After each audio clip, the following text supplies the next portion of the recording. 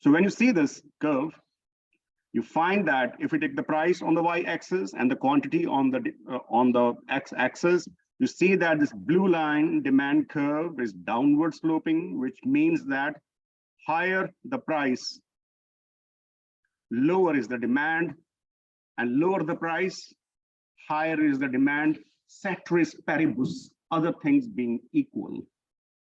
And what are the other things? The other things are the taste remain constant. People don't change their habits, consumption pattern. The price of the substitute and the complementary goods remain constant. And I think we discussed last week, the substitute are which two competing products. You never buy two, you never buy both of them. You always buy one of them by replacing the other. Like tea and coffee can be a good example. But complementary goods are when you buy one, you have to buy the other one as well. Okay. If you buy a teapot, what will you do with that? You will make tea. So you buy tea leaves. Or if you buy some automobile, you have to buy some gasoline or whatever fuel you use. If you buy the ink pen, I don't know whether those pens are still available. In the past, those ballpoint pens used to be a product for which you have to put the ink separately. Or let's put it this way, we can have a modern example. If you buy some printer, you have to buy the inkjet as well, so that it prints out, right? If you have a printer, you will also buy the paper. So what I'm trying to say is that those products, when you buy X, you also buy Y. They are called complementary. But substitutes are like competing products. You buy one and you give up the consumption of the other, like this. So what I'm trying to say is that this was a demand function. And you see here, I'm focusing on the word, this phrase, ceteris paribus. The law of demand says that the price is higher, demand is lower. The price is lower, demand is higher, ceteris paribus, other things being equal. And the other things which equal are taste remains constant, because it could be possible that even though the price do not change, you start consuming a product more or less, because either you develop a taste for it or it's no longer in your taste. Just compare, you're not very old, you're young, just compare some 7, 8, 9 years ago, what would have happened? There would be something you were very fond of, and suddenly you stop consuming it. Is it because you stopped because the price went up?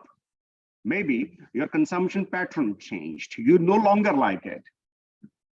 So it could be possible that the demand increases or decreases without any impact of price. So then what happens?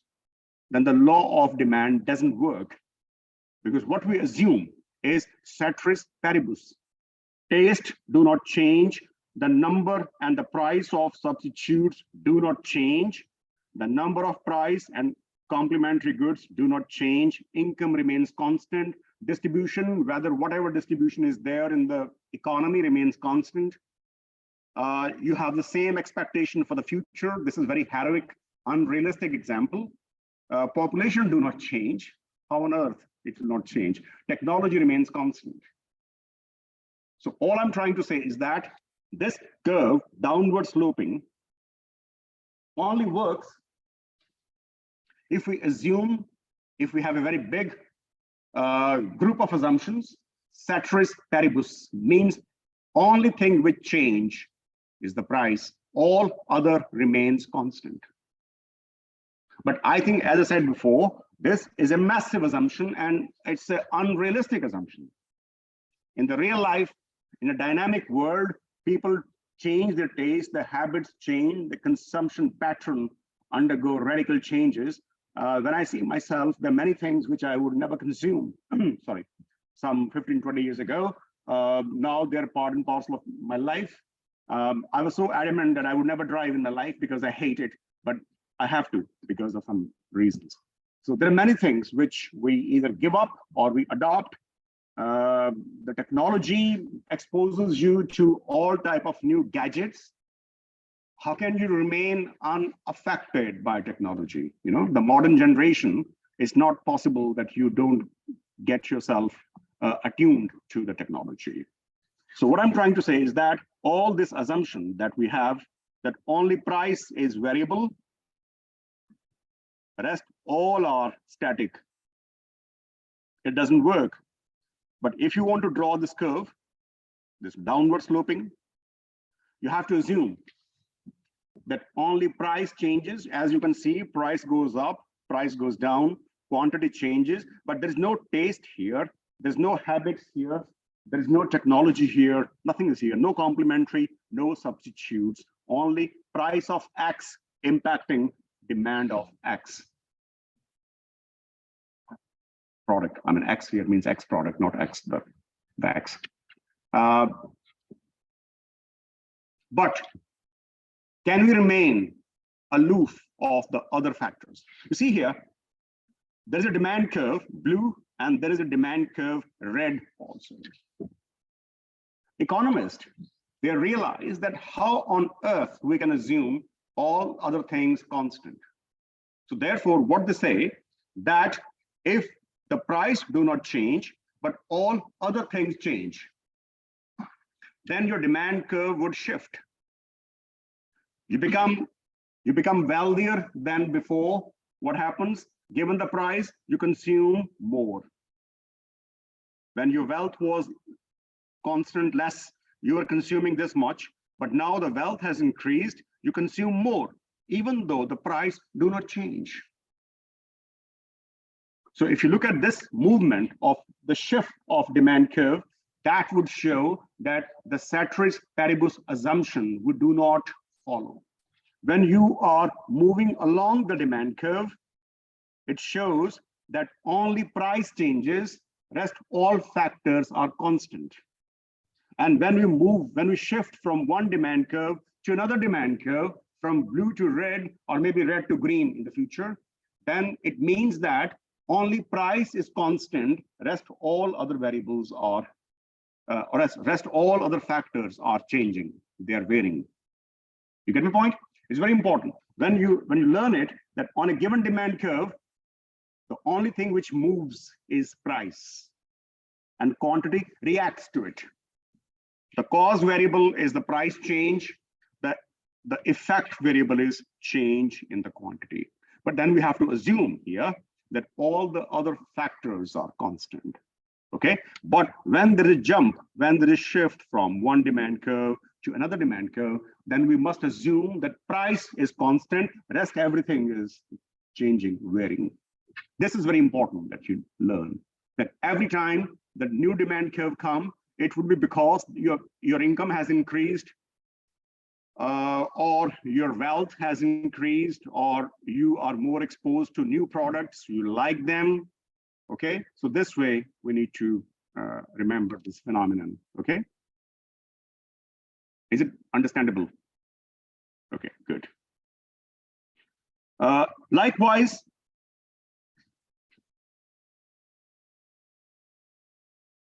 supply schedule also. Like demand, we also have to think about supply, because unless we have demand and supply both, the modern market economy system would never function. It will not, forget about function, it will not even exist. So whenever we talk about the price mechanism, capitalism, the market economy, you have to discuss both demand and supply. But here you need to be a little bit careful that when you talk about demand, you think from the point of view of a consumer, right? So you are a consumer. But when you talk about the supply, you need to think from the point of view of a seller, supplier, producer, manufacturer. So therefore, change your perspective when you talk about supply. The supply tells that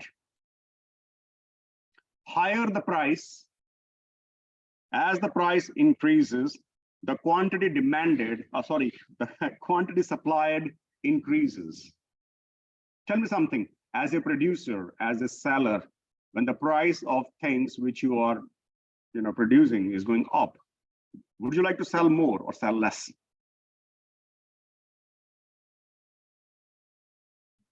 Sell more. Why so? Because your total revenue will go up and your profit will go up. And I tell you why it will go up. Let me show you the whiteboard. Text here. When the price increases, the revenue, the total revenue increases.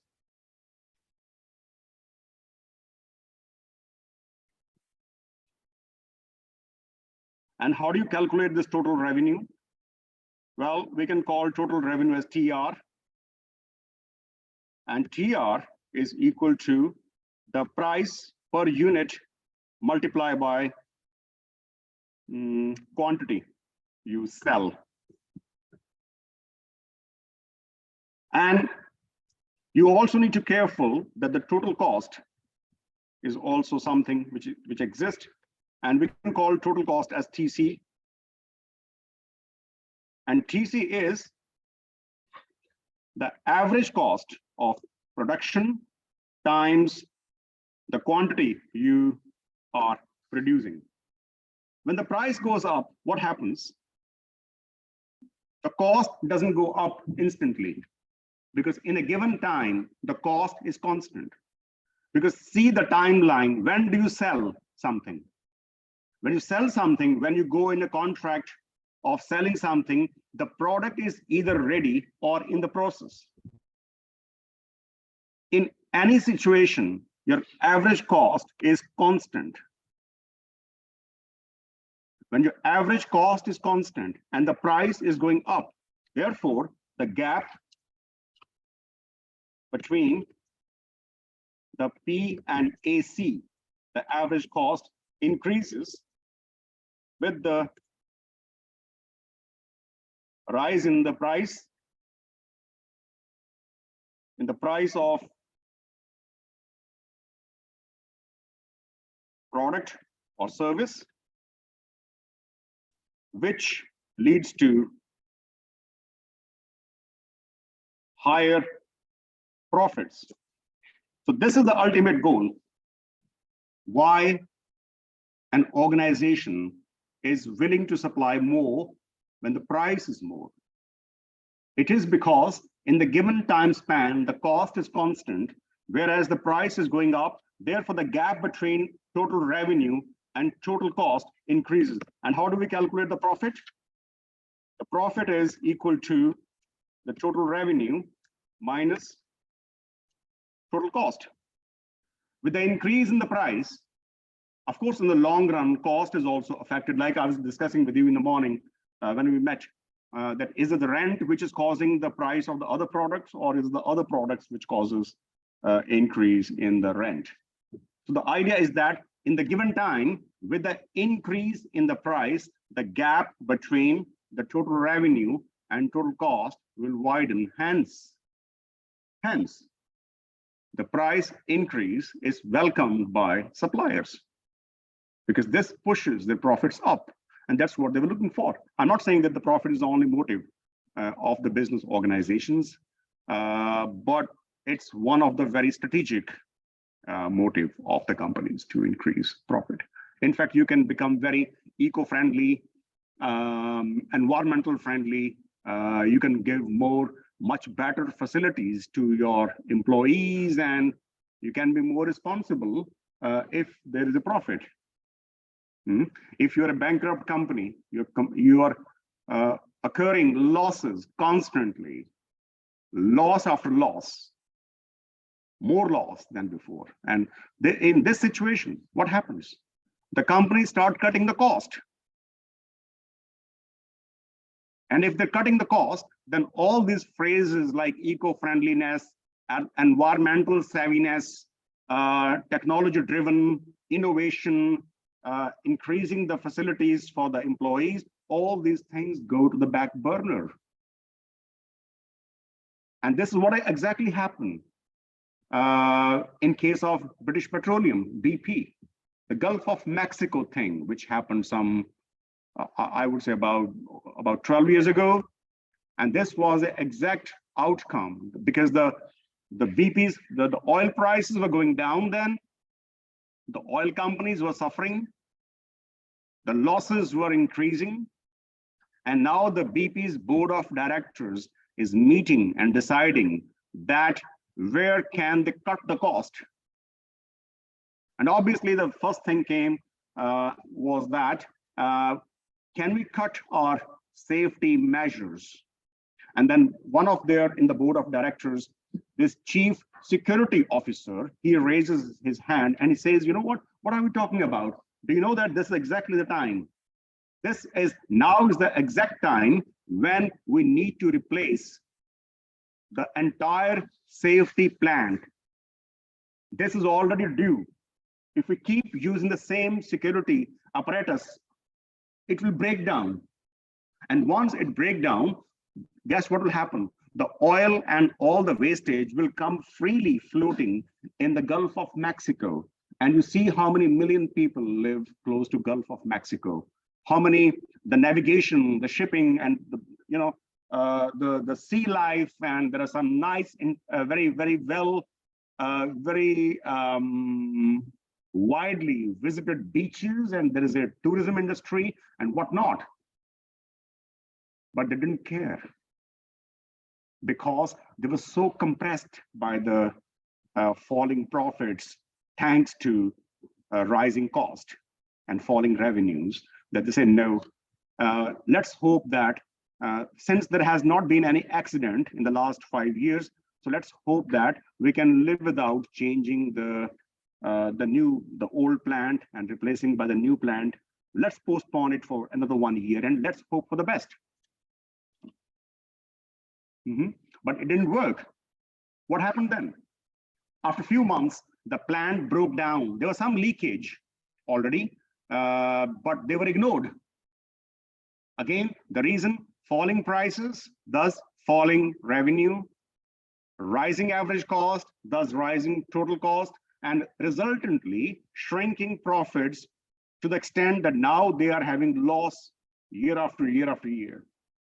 And then this whole floodgate broke down and the oil was in the sea, and there was a massive environmental catastrophe. Till date, Gulf of Mexico is still bearing the brunt of that tragedy.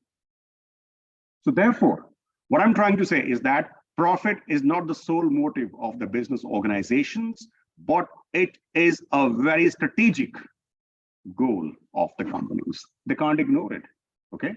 Because otherwise things will work, there will be bankruptcies, there would be closing downs, people would become unemployed, and all other objectives would go down the drain. So that is the whole idea, that why supplier would supply more when the price is up, and when the price is less, maybe they would manufacture less, they supply less. This is the whole concept. So let me share with you once again the slides. Yeah, and as you can see here that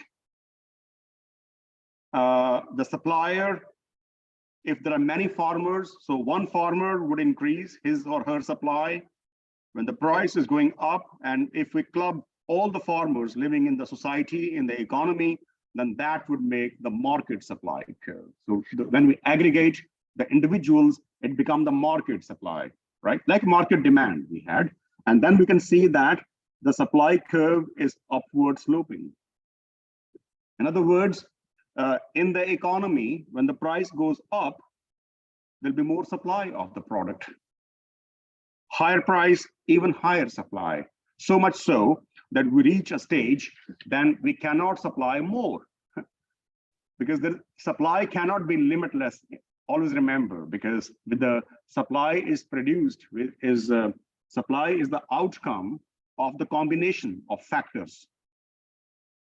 Okay, and we can reach a stage when those factors are either not available now, all the land has been used, there's no fallow land, there's no empty land, all the labor has been employed, hardly anybody you can hire, all the capital has been absorbed, and then we can say that now this is the limit, we can produce something. Yeah, and this is exactly we saw in case of production possibility curve, which shows the highest amount of highest quantity which you can produce with a given resources. Anyways, if you plot these points, if you join these points, it will go upwards. This is called supply curve. It can be individual supply curve, as you can see here, one person, or it can be the whole market supply curve. Because market is nothing but the aggregation of the individuals. All right. So, right, we go on. Yeah, and what factors can have an impact on the supply? Of course, the price of goods. Like demand function, we also have a supply function, okay? Price of a good X, if the price of the product goes up, supply goes up, the cost of production. If the cost of production goes up, supply should go up or low. If you are a seller, you're producing something, you're manufacturing something, and the cost is going up, would you be able to supply more or supply less? Less? Yeah? Will you? Yeah, because it's a kind of discouraging factor. See, think like this. When you talk about supply, think like seller, producer, manufacturer. Any piece of news which bring a smile on your face when you see each of them, which you take positively, you will increase supply. Anything which can make you frown, make you feel sad, means supply will go down. When the cost increases, react as a supplier. When the cost increases, are you happy or sad? Sad. Supply goes down. You shrink supply, you cut down supply because you can't afford it, because there is no guarantee that people would pay you more price because of more cost. You see what? If the cost goes up, the cost is always added to the price, isn't it? The price will go up. There's no guarantee people would buy from you. Okay, it could be that only your company's cost has gone up, but the others are cost efficient. Okay, in the market, you are a small player. You can't push the prices up. Try to understand. Unless you are a monopolist. Unless you are a monopolist. You know monopolist? Who's monopolist? When is the market monopolistic market? When do you say, this market is a monopolist thing? Yep. Mm-hmm.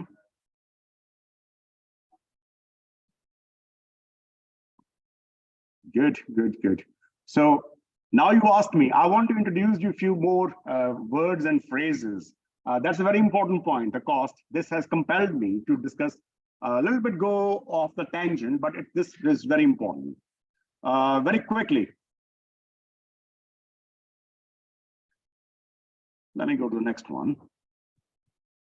So when buyers, large number of buyers and large number of sellers, what do you call it? Any idea?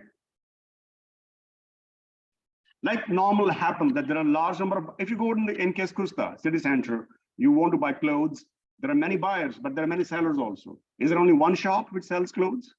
No, there are many. You want to buy retail, you want to buy some, the grocery, the kitchen things. There are many people buying. You see, go to any store, people are buying, people are selling. So There can be some price differential between Prisma and S market, K market, but that's not substantial. It's not that you buy a chocolate for €2 in Prisma and the same chocolate you buy for €10 in Lidl. It doesn't happen. Yeah, does it make sense? So it means we can say that the clothing market, the textile market, and the retail business is an example of what? Large number of buyers, large number of sellers. We call it perfectly competitive market, perfect competition. It's called perfect competition.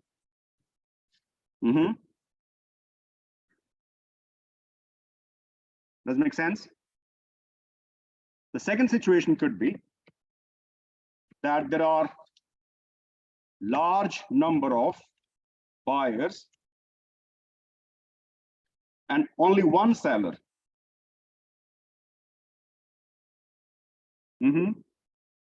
What is that? Monopoly. So it's a monopoly. What happens? What do you call it when there are large number of? Can you give me some example of monopoly in the modern world? Do you see monopoly somewhere?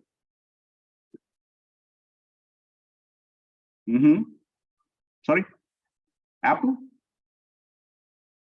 Yeah. But why it's a monopoly? You have many IT companies.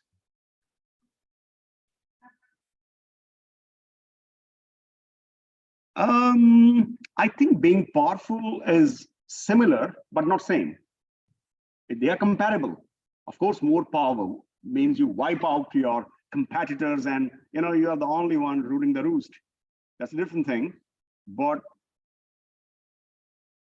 yeah, I agree with you to some extent, but not they're not interchangeable, right? Yes, Zara. Sarah. Zara. But both are lovely names. Sarah, Zara, nice names. Yeah, go ahead.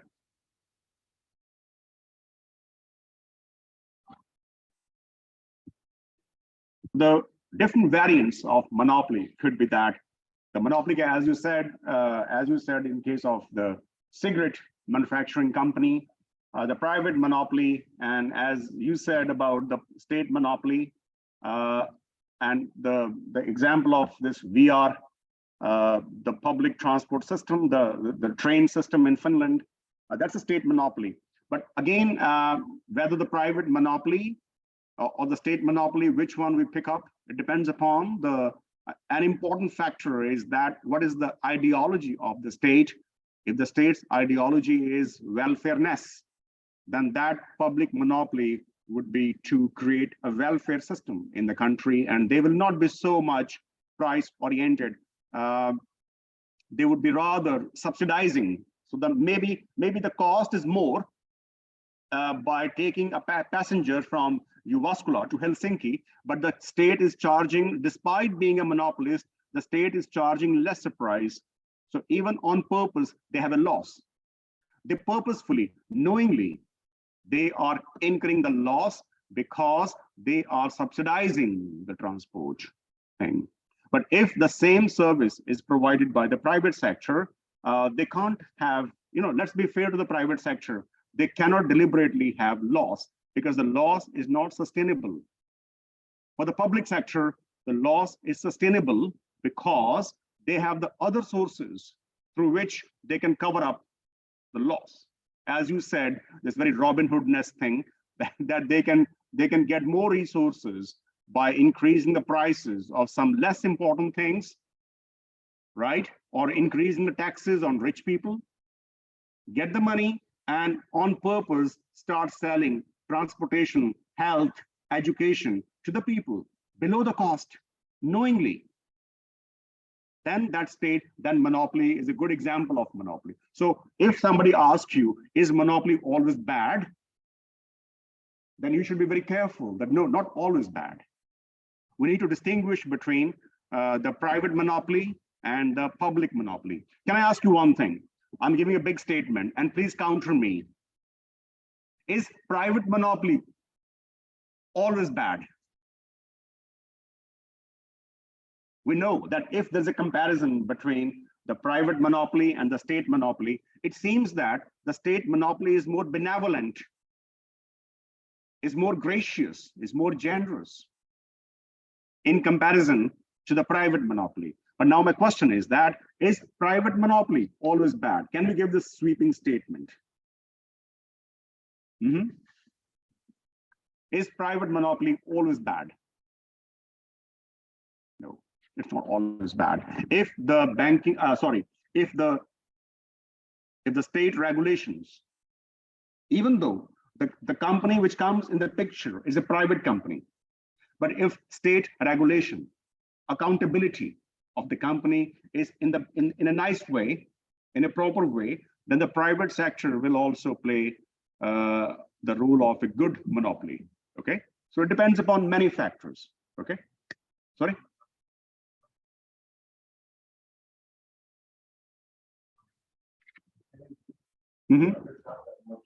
Yeah, in the retail example, if there's, imagine in Finland, there's only one retail company, okay? State will not be giving you milk and eggs, okay? There is a company existing, they have infrastructure, they have employees, they have a supply chain. But if there's only one company supplying retail products, then the state can control, the state can regulate that just out of fun, next morning, they don't increase the price of eggs by 5 times, whatever they wish to. No, because they have accountability. I tell you something, considering the gravity of the problem caused by COVID and the political turmoil happening next door, maybe you would ask me, maybe you disagree with me, the inflation is not that much.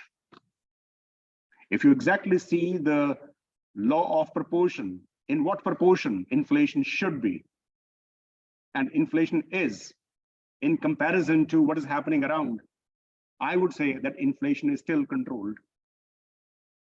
And who are selling you the things? Private sector. Can't they increase price? No, because they are accountable to the state. The state is regulating them.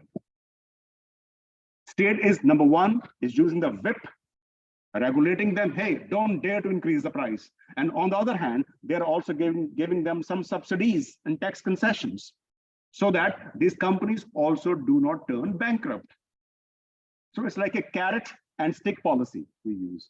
Stick, the state would be very angry if these companies disproportionately increase the prices of essential goods. And carrot, in the sense, the benefit is that they are given some tax incentives, they are getting some other subsidies from the state. Therefore, the role of state in economy is very important, very, very important. Whether the country is capitalistic, socialist, whatever you are, the role of state in the economic affairs is never undermined. But coming back to our points that we're discussing, we can have a third situation also when we have large number of buyers and a few sellers. Not one, but a few sellers. What would you call it? Sorry? Yes, very good. It's called oli. It's a very strange word, oligopoly. So the difference, monopoly, single seller, oligopoly, oli, few. The best example of oligopolistic market which comes to my head is the automobile sector. If you look at the major automobile producers in the world, they are just not more than 10, I think maybe 15, the top. I'm not talking about the small players. Again, as the lady said about the example of Apple, these top IT companies is oligopolistic. The oil companies, I think about 6 major oil companies in the world, they are ruling the whole market. It's an example of oligopolistic situation. Sorry? Yeah, with a few sellers. In fact, in some markets, if there are many sellers, they would rather make things worse, too much of noise.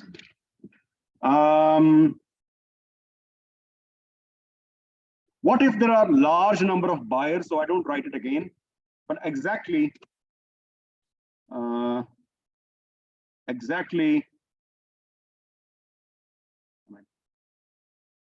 yeah, exactly 2 sellers. What would you call this? Duopoly. Very good. It's like a duopoly.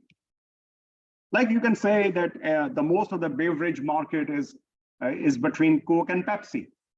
Yeah, the main rival, the big competitors in the cold drinks market are Coke and Pepsi. So that's an example of duopoly. And the dots means the large number of buyers. Okay, so I didn't type again. Tell me one thing. What if there is a large, no. There's one buyer and one seller. Sorry. No. When there is one buyer and large number of sellers, what would you call it? Or can it even happen? Can it even happen that there is a one buyer and a large number of suppliers? First of all, what do we call it? We call it, it should be something, it's opposite to monopoly, right? So the word mono would exist at least. Mono means one, right? So mono would exist, but not poly, because poly is seller. So what we call it? Monopsony. So monopsony, maybe my spellings are not correct, but this is called monopsony. Monopsony is when we have one seller, when we have one buyer and large number of sellers. Example of monopsony? Anyone? Example of monopsony? Yep, Zara.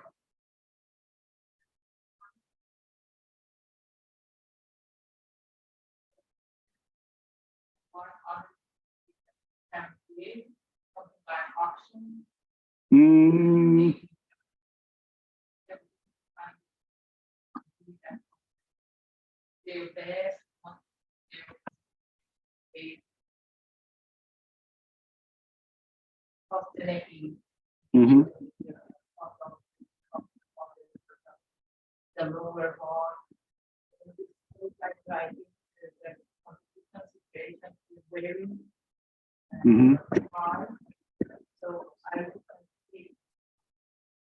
Okay, all right. Yeah, that's true, but not fully true. In all the above example, yes, sir, you want to say something? Absolutely. And I can elaborate what you said.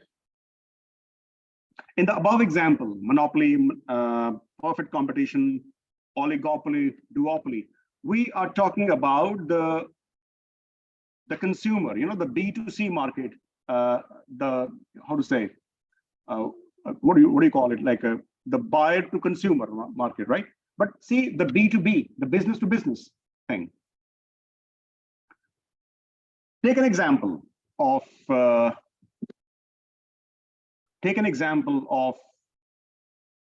any automobile, Volkswagen, right? Manufacturing in Germany, right? Volkswagen is supplying car.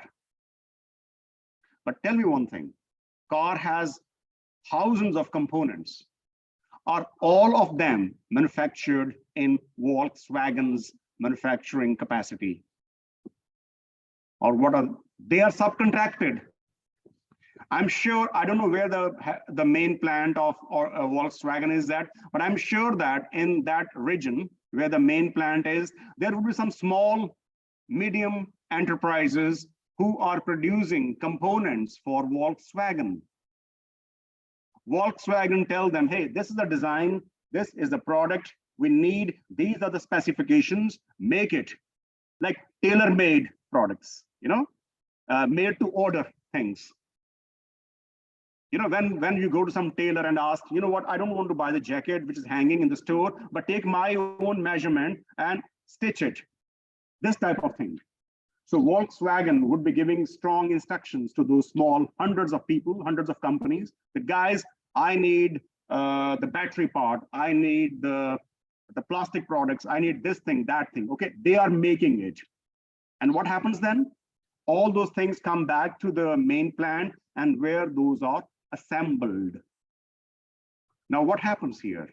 Suppliers are many, but the buyer is Volkswagen. And this is a monopsony. Like the gentleman said, in case of military contract as well. Military is not producing all the things in-house, but then they subcontract. So now, when you think about monopsony, think about one more phrase, subcontracting. When a company in a business is not doing everything by its own, but it can actually subcontract many small enterprises as well, okay? So it's very important that you learn these phrases. Perfect competition is an extreme. And then we have the monopoly is another extreme. In between, we have these different market forms. Can we have a market where we have exactly one buyer and one seller? Am I making it more complicated or simpler? Huh? Can we have a market where we have exactly one buyer? I have to think which market, which example. Exactly one buyer and exactly one seller.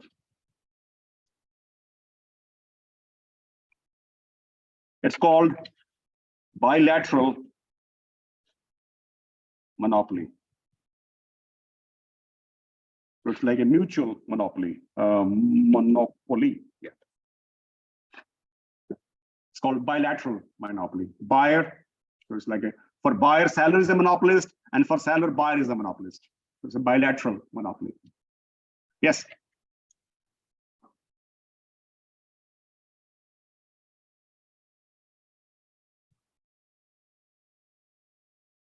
Mm-hmm. Okay, that's interesting. That's interesting. I think in many government projects, they sometimes they subcontract to a very big company, one big company, right? Like for example, if you look at the US defense, they are not assigned to many sellers or many suppliers. You get my point? It's a very important reason that otherwise the information can be leaked. So they are giving the contract to the most tried and trusted corporate body, which does those very highly sophisticated and highly confidential things for them. Here, they can't employ hundreds of suppliers, because if one of them leaks the information, it's difficult to detect who did it. Yeah. So therefore, the one buyer has to find only one supplier. So that is an example of bilateral monopoly. But good that we discussed it. Good that we discussed it. It was not my purpose to discuss this thing. It all came from this discussion that we had. That what factors? I blame you, gentlemen, for this thing. Yeah, that the cost of production, and then we start discussing. But that's not a problem. I call them as the positive, distraction. So we meet at 11 o'clock. Is it? No, we finish at 11 o'clock. But we can do one thing. You can take a break now, okay? And then 10 past 11, we meet, the next session, after break session. But today I plan to continue the slides. So no videos, no entertainment. See you soon, 10 past 11. So basically what we were discussing before we went to the break was the different market forms which we can see. And the reason we discussed the market form was that we were discussing the factors, the determinants that can have an impact on the supply. And the whole thing started from the second point, that if the cost of production is more, supply would be adversely affected, because it will be kind of not very pleasant situation. And as you can see today, nowadays, that the wages are not increasing so much, I would say. Rents are increasing, the interest rates are increasing, and the prices of some of the inputs are increasing as well. And as a result, the average cost will go up. And as the cost goes up, then the supplier find it very hard to get the profit margin given the prices. Because not, as you could see in all the market forms, there's not a single market form where the supplier can blatantly increase the prices in response to the rising costs. Even in the monopoly, the state regulation can be very strict on the companies. Okay, change in technology, yeah. If there is a technology is changing for the betterment, it will bring down the cost, and you can see that the prices will also go down because the sellers can supply the same thing cheaper, and they can win over the market. There can be some organizational changes.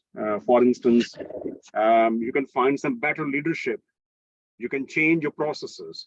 When you were producing in your company, in your factory, there were many processes which were clashing, which in fact were jeopardizing your production supply chain. But now with some changes in the organization, you have made your whole process leaner, seamless and more customized, and that is reducing your wastage. And because of the reduction in the wastage, because you have given up many redundant things, you no longer stick to them, and as an outcome, the cost has gone down. The government policy can also make a big impact in the form of subsidies and taxes. Those goods and services which the government wants to provide encouragement, they would slash taxes, and instead they would start giving subsidies to those companies as well. On the opposite, if there are certain industries, sectors, companies which the state want to discourage them, then the subsidies will not be provided, and in fact the tax rates will also go up. So thus the companies would get a signal from the state that, we are not welcome anymore, we are not preferred, so maybe we need to do something to make us, to exist in the market. Profitability of goods in joint supply, yeah. For example, let me see this way. If those people who come from the farming background, I think they would understand my point better. Whenever you are producing any crop, rice, wheat, whatever, there's some husk, there is some byproduct involved. This byproduct can be used to feed the cattle and also used as a fuel or something else, And if there's a more demand or more price for the byproduct, then you will supply more of the main product, because you are giving profit with no cost, because that product is produced as a byproduct. Okay. And similarly, the supply can be affected by some random shocks. Like, for example, the whole global economy is shocked by things which are happening these days. They are the negative shocks. There can be positive shocks also. There can be some major discovery or innovation, some development of some new product which can totally, which can make things better for the companies. Okay, then they can supply more. Look at the IT revolution of 90s.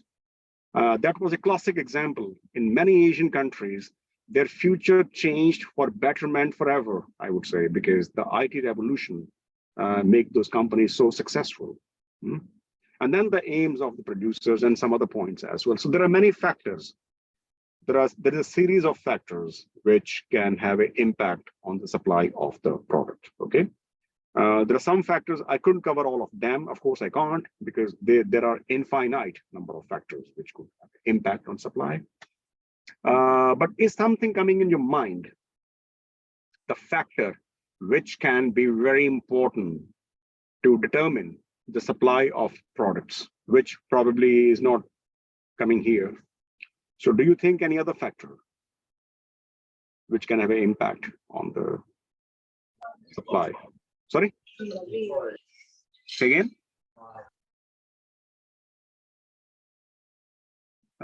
No, I haven't heard. Okay. Okay, maybe you can discuss later. And this is how the supply curve look like.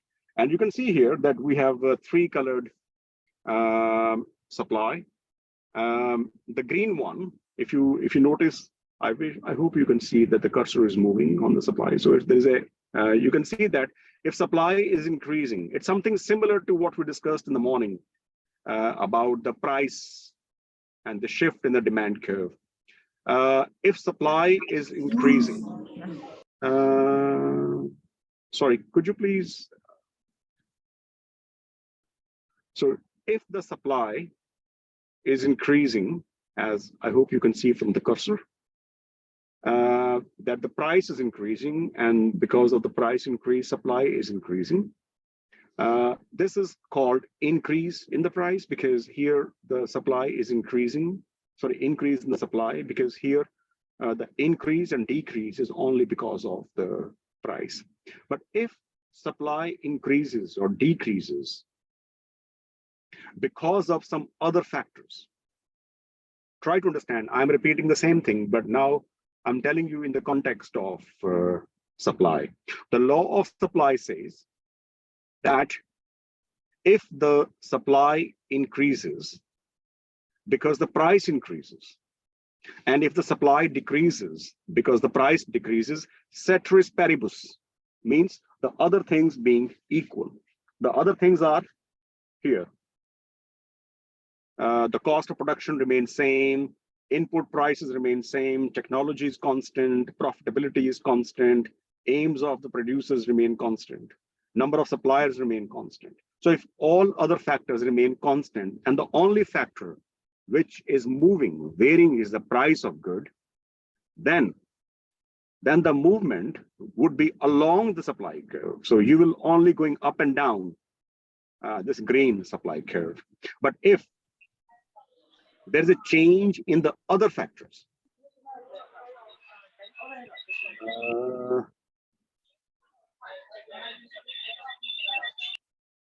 so if there is a innovation or new market formed or new product is in demand, then your supply curve would go for betterment to the rightwards, the green to blue, from blue to red. And this is called the expansion of supply curve, which means that the quantity supplied in the market is increasing, but not just because of the price, but because of the other.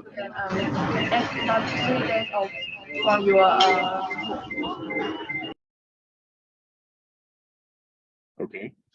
And so similarly, I think some of you haven't used Zoom for a long time, right? So that is why, but no problem. And similarly, if there is a political disturbance, there is a major problem, there is a supply chain has been broken down, then the supply would go down, not just because of the falling prices, but because of some other factors. And in that case, the supply curve would move for the contraction. It will shrink from the red supply curve to blue, from blue to green, and even less. Okay. So the whole idea, the main message I'm trying to give you is that the supply curve doesn't shift if the change in supply is only because of the change in the price. But if there is other things happening, like we discussed the different factors, then the supply curve would shift from one shape, one point to another point. Like, for example, the green to blue, blue to red, and so on and so forth. Yeah. And here, you can see that the price is increasing. Yeah. And the law of demand says that when the price increases, the demand decreases. But the law of supply says that when the price increases, the supply increases. So the demand and supply, they are like two pairs of scissors, like a cross, like a junction. And you can see that the demand curve is downward sloping because more price, less demand, less price, more demand. And supply curve is upward sloping, is going up because more price means more supply and less price means less supply. And once they meet here, this is called equilibrium. Equilibrium is the point where demand and supply becomes equal. And when the demand supply becomes equal, that price would be determined in the market. So at the moment, with the interaction of demand and supply, 60 pence is the price of the product and the quantity demanded. So 60 pence is per kilo is the price fixed by the market, and the demand and supply, or the total quantity available in the market, is about 350 tons here, like something like that. Yeah, so about 350, I can say. So the 60 pence is the price per unit, and the total quantity available in the market is 350. This is a pure capitalism. This is an interaction of the demand curve and supply curve called market mechanism or the price mechanism. Here, state has played no role at all. State didn't tell you, the government didn't tell you that you should supply the product at 60 pence per kilo. It's all determined by the market. It's a market equilibrium, right? And the beauty of the market system is that if there is any temporary disturbance, we don't have to call anybody to solve it. It will be resolved. It will be taken care of by itself. For instance, just imagine that the price in the market should be 60 pence, but somehow for a temporary disturbance, the price went to 80 pence. And when the price is 80 pence, what happens? The price went up. When the price goes up, demand goes down. So now you can see that the people demand less. But people who supply, it's good for them. They are supplying more. So at 80 pence demand is this much, and supply is this much. And when supply is more than demand, what happens? It's called surplus. Okay. And what happens when there is a surplus? The surplus put the price downward pressure on the price. So when there is a surplus, the prices go down. So what happens then? The price automatically goes down from 80 pence to 60 pence. And this is called self-adjusting equilibria. This is called market's self-resilience. That if there is a problem, the market is capable of solving the problem by itself. You don't have to call anybody from outside. Okay. At 60 pence, demand supply are equal. No shortage, no surplus. At 80 pence, there is a surplus. Demand is less, supply is more. Demand is less because when the price goes up from 60 to 80, demand goes down. But when the price goes up, then the supply increases. On the one hand, supply is increasing than before. On the other hand, the demand is going down than before. So this creates a surplus. And surplus would push the price down, pressure downwards until the previous equilibrium price is restored. We get it back. And that was 60 pence, where demand and supply are equal.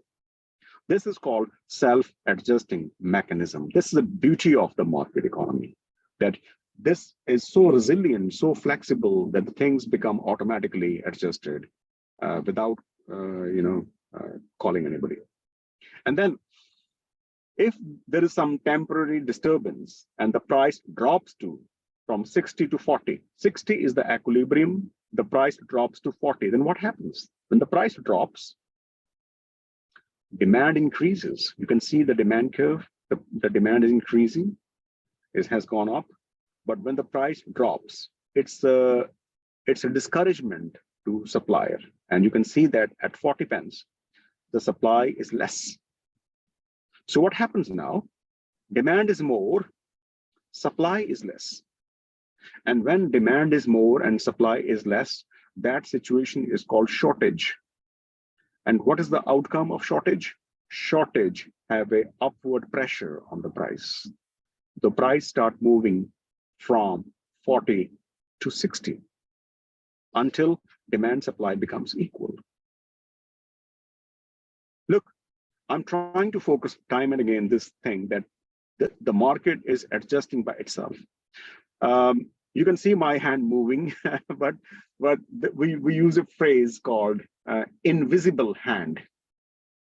Adam Smith, father of economics, who popularized this discipline of economics, he used the phrase invisible hand. The visible hand is of the government, when the government is visibly coming in the picture. But here, the things are decided, the things are adjusted. If there was some disturbance, all the adjustments were made by the invisible hand of the market. The price went up. The price should be 60 because here demand supply were equal. But if there's a disturbance, the price goes up or the price goes down, there would be surplus or shortage. The surplus would put the pressure downwards on the price, and the shortage would push the prices upwards. And as a result, we will get 60 pence price again. This is the beauty of market economy. The demand and supply, the equilibrium never remains same always. We live in the dynamic society, so the equilibrium keeps moving, the price, the demand, it keeps shifting. It never remains same, like the time never remains same. And here you can see, we can start with these blue lines. Demand curve is this one, downward sloping, and the supply curve is upward. And the equilibrium is established at G point.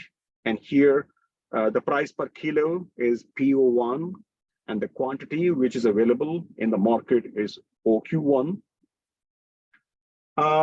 Just imagine that this product is more in demand now. People like it. Maybe people have developed taste for it.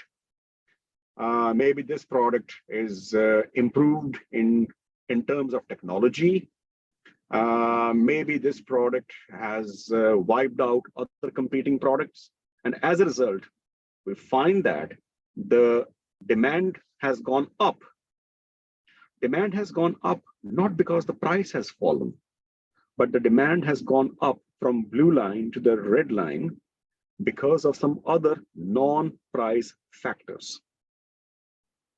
There is certainly, for example, in many countries, there is an emergence of middle class, like in Asia, in Africa. The new middle class has, totally changed the dynamics of the market. And as a result, what happens? The aggregate demand in the economy goes upwards. And you can see the arrow is going up. And what happens now? The new equilibrium is now established at point I. At I point, you can see that the prices have gone up and also the quantity available in the market. When you become wealthy, when you have more income, you don't mind buying more, even though the prices have gone up. Look at the situation. You're a student now. You're the students, right? When you're a student, you have a limited income. Okay, you will be very price sensitive. So every time you go for shopping, you are very price sensitive because price is more. It will completely destroy your budget, the weekly thing. So you're very price sensitive. But get situation. You get your first job, good salary. And now you go to the showroom to buy something. And you see the same dress which you were longing to buy. And you realize that when you were a student, when you have limited money in your pocket, this dress was for 200 euros. But now you have more income in your wallet. And this product, this dress is now available for 250. Tell me the truth.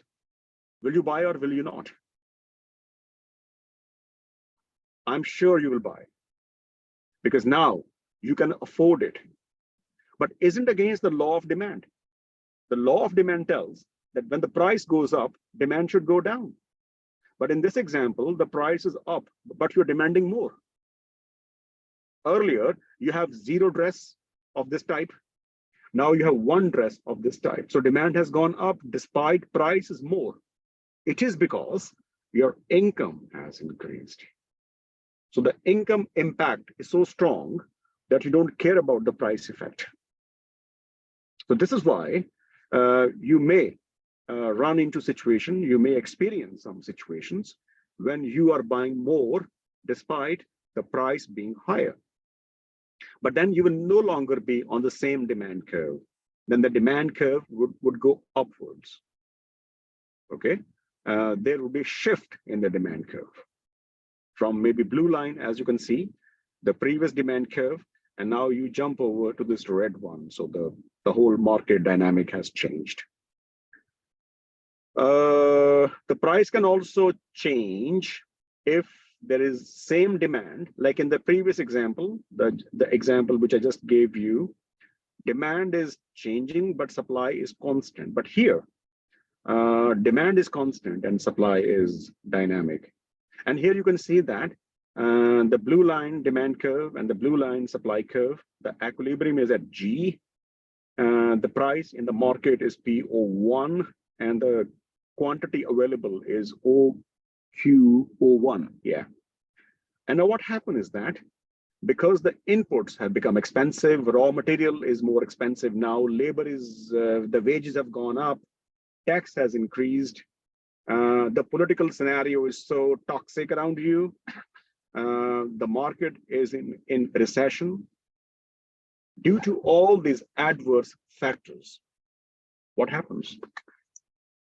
Producers are supplying lesser output now. So supply curve has shifted from S1 to S2, which means that because of the rising cost, we discussed in the morning about rising cost, because of all those factors which are leading to increase in the cost, or there is some, the business scenario is so pessimistic, or the political scenario is so bad, or even there are some environmental issues, problems, or the company is having infighting between the partners and the shareholders, whatever is the situation, the supply has gone down. So when gone down means the supply is moving leftwards. You can see the arrow. And now the new equilibrium is K. The price has gone up. But this case, the quantity available in the market has gone down. Okay, so number one message, demand supply curves never remain same throughout. Either one change and the other remains constant, or both can change. But I want to make some observation here. I have a question for you. In both figures, you see that the price has gone up. But why it's so? That when the demand increases, supply remains constant, the quantity overall has increased. And why here, when the supply decreases, the quantity remains constant, the demand remains constant, the overall quantity has gone down. So what I'm trying to say is that why so? That in both figures, the price is increasing when the change occurs.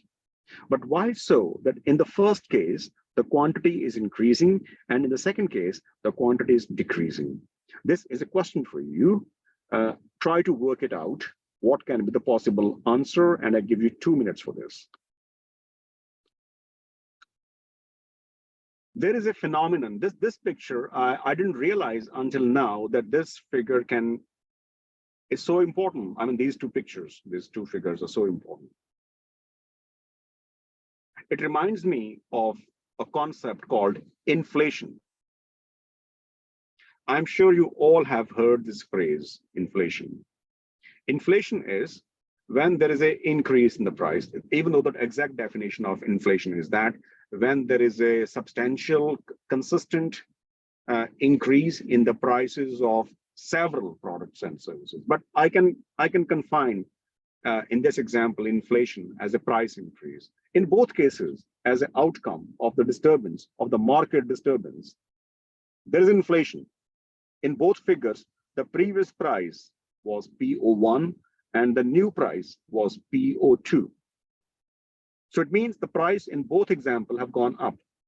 So it means that if the demand increases or supply decreases, the outcome is the inflation. But now I have a question for you. In both examples, the price have increased, but which price increase is benevolent, is a good price increase, and which of these two figures are showing a bad price increase? So basically, I'm asking you, in both examples, the price have gone up as an outcome of the disturbance caused by either demand shift or supply shift. So this outcome is increase in the price. So increase in the price, in simple words, we call it inflation. So there has been inflation in both situations. Which of the two inflation is comparatively better, and which of the inflation is a bad inflation? So which increase in the price is good and which increase in the price is bad? And I give you 2 minutes once again. Think carefully, and then we have a discussion. Just observe carefully, and then we discuss about it. So I'm asking you, in both figures, increase in demand or decrease in supply, the outcome, the result is inflation. But which of these two inflations is good? I think you both answered quite well, and the reasoning is very good. Let me explain it to you. First of all, if I'm a consumer, if I'm a buyer, in both cases, I would be angry. Because why should I pay more price? I mean, more price is always, right? It's like this pinching thing. We don't like to pay more.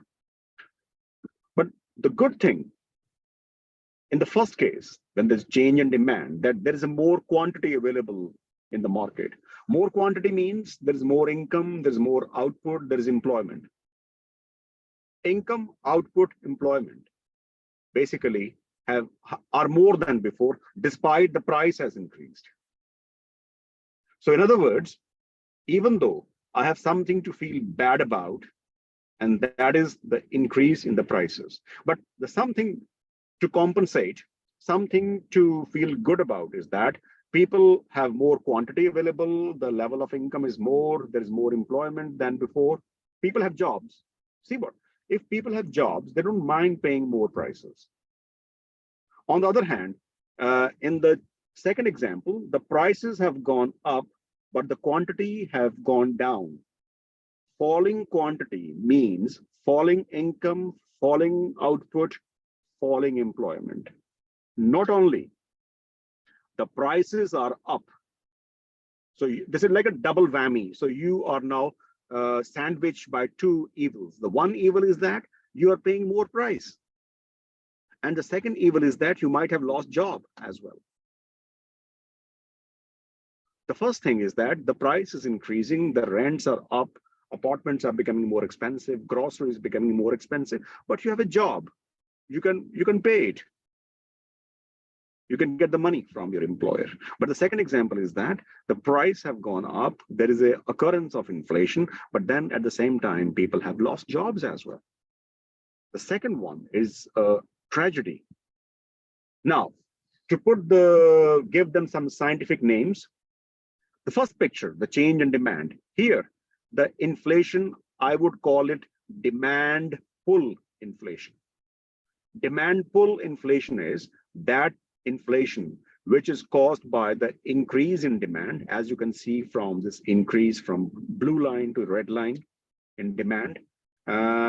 This inflation is called demand pull, but it's somewhat benevolent because it increases the overall size of the economy. You know, there's more activity, more income, more output, more employment. But in the second case, when the supply shrinks, supply goes down. You can see the supply used to be blue line, but now it's gone down to green line. So supply have decreased. And as a result, there is an inflation, there's a shortage. And then as one of you said, this artificial scarcity. And as a result, the income, output, employment have gone down. This is catastrophic. And this inflation is called cost push inflation. So we know two categories of inflation now. We know the meaning of inflation, but we know the two categories of inflation. The first is called demand pull. Well, every inflation is bad, but at least this is not so bad. The second inflation is called change in supply. We call it cost push inflation. This cost push inflation is very dangerous, very, very dangerous. Okay. Yeah. So if I have to choose between you, and I think many of you would agree with me, if there is a choice between fire and the fire pan, which one we choose between two evils, I would go for the first one. When there's a change in demand, because at least people are having jobs, they're working, they're very angry, but at least there's no real crisis. They can afford, maybe they can make some, they can save some money, they can spend more wisely, but their household cash flow is not disturbed. But in the second case, the entire cash flow of the households has been disrupted. This is lethal. This is dangerous, I tell you. This is a cause of recession. The second one, when the cost push inflation occurs. Okay. Yeah. So you need to be careful that when you talk about inflation, again, you need to give the value judgment that which inflation, first of all, inflation is bad, definitely. But which inflation is more dangerous, demand pull or cost push? Cost push inflation is more dangerous. Always keep in mind. Yeah, so some more movements. In this example, you can see that the demand is constant and the supply have gone down. Supply is shrinking from blue line to the red line. The price is more, output is less.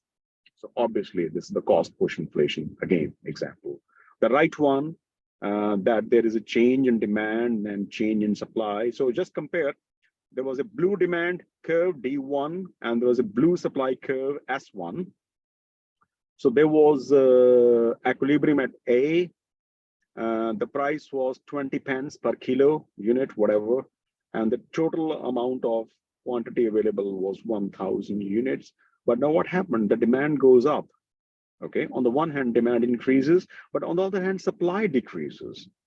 And you can see from the size effect that the increase in demand is comparatively smaller than the decrease in supply. Look at the gap between D1 and D2.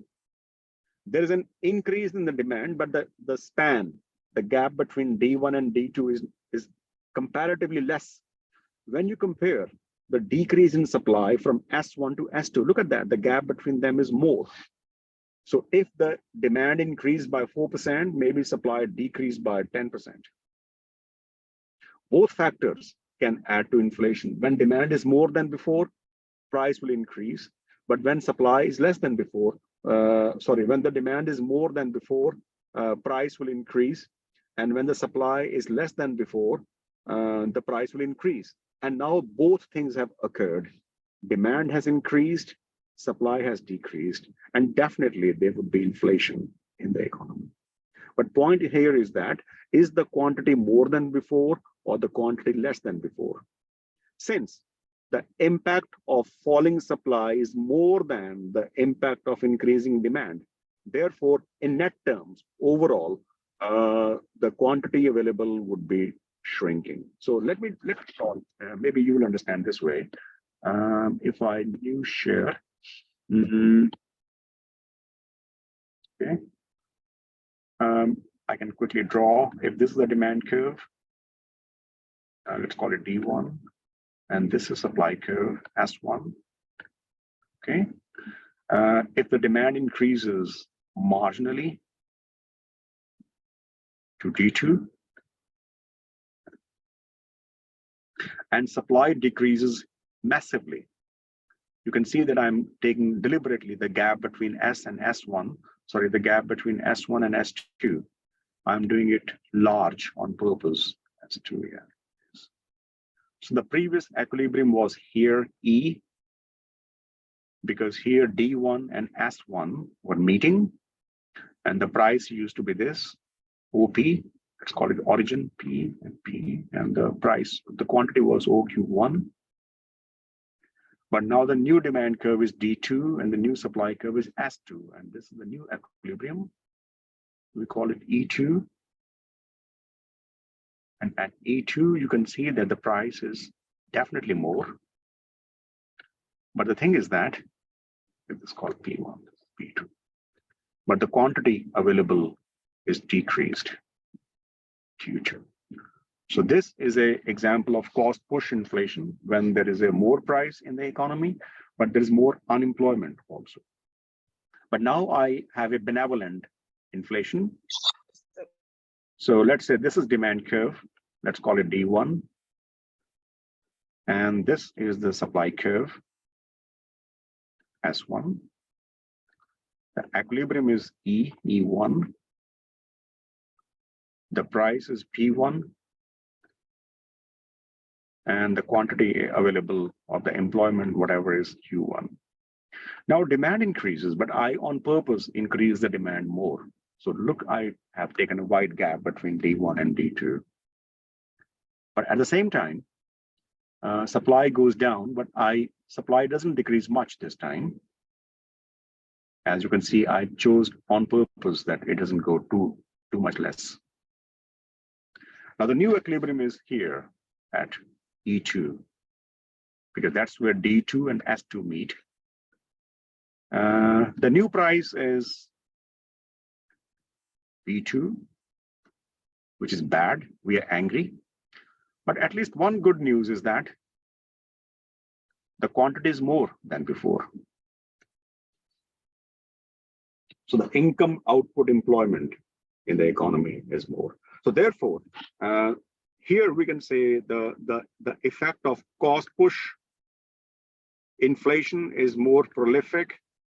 And as a result, the price increases, but unemployment also increases. But here we have a more success of demand pull inflation. So demand pull inflation. Pull, P-U-L-L, yeah. Because here, inflation is there for sure. Price has gone up, but at least the quantity, which means the employment has increased. In this case, the price is up, but here there's more unemployment than before.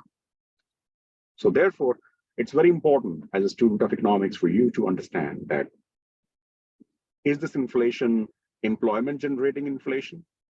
Or is this inflation unemployment increasing inflation? So this is everything we need to discuss today.